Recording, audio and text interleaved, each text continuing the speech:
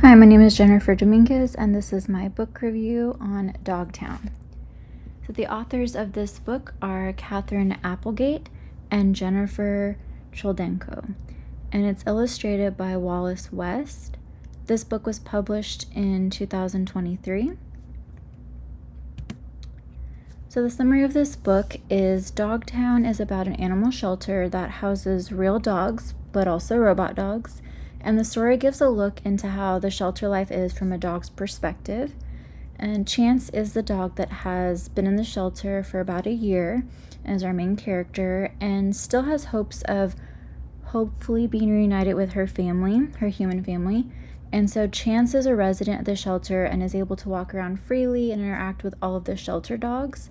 And she has a really good friend there called Mouse, and he's a real mouse. And in time, a new robot dog joins, and his name is Metalhead. And so from there, Mouse, Metalhead, and Chance kind of get together, and this is when their journey of hope and friendship starts. The literary qualities of this book, the first one is it has an animal point of view. So Chance, that shelter dog, is our main character and is the main voice in the story, and so that's really cool to have a perspective. Of course, we didn't get the actual words of a dog, but of what it would seem like for a dog and how they would feel about being in a shelter. And all of the animals in the story can talk, which is really nice because then it gives each character their unique personality. There's even a dog that kind of repeats himself because he's a very energetic and hyper dog, and so that makes it unique. Also, the illustrations help with this book. The amount of pictures in this book are just right, in my opinion.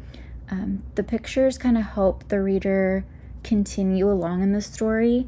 You're wanting to kind of see, okay, what's next? What's the next picture going to be? And then the pictures are also engaging, and they help support those young readers that are transitioning from just picture books and now moving on to chapter books. And then the last quality is the message and lesson of the story.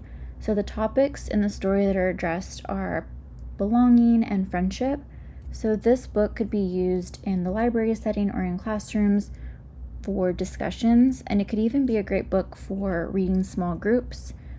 Even a book to compare if you're reading this book, compare it to another book. And it has those real life situations and emotions. So why a librarian might select this book? A librarian might select this book because it is written by two well-known authors. I know specifically Catherine Applegate has a lot of well-known books. The other reason is that this is a great beginning chapter book for students.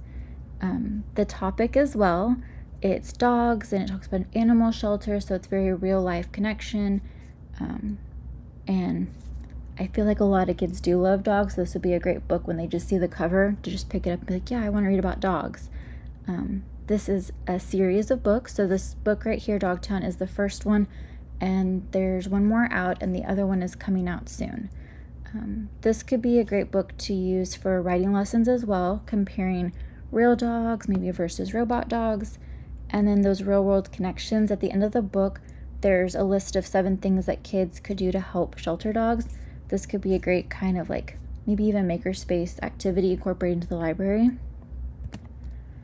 And why students might like this book. So of course, a lot of books that are in the library and have a lot of circulation most of the times are those series books. So I think kids will be drawn to the fact that this is book number 1 and it's like, which one is the next one? And then this book has illustrations, which are very cute, and I think that's gonna attract a lot of students to reading it. It is about dogs, and I know I'm biased, but I feel like dogs are really awesome, so I think that's really popular with students.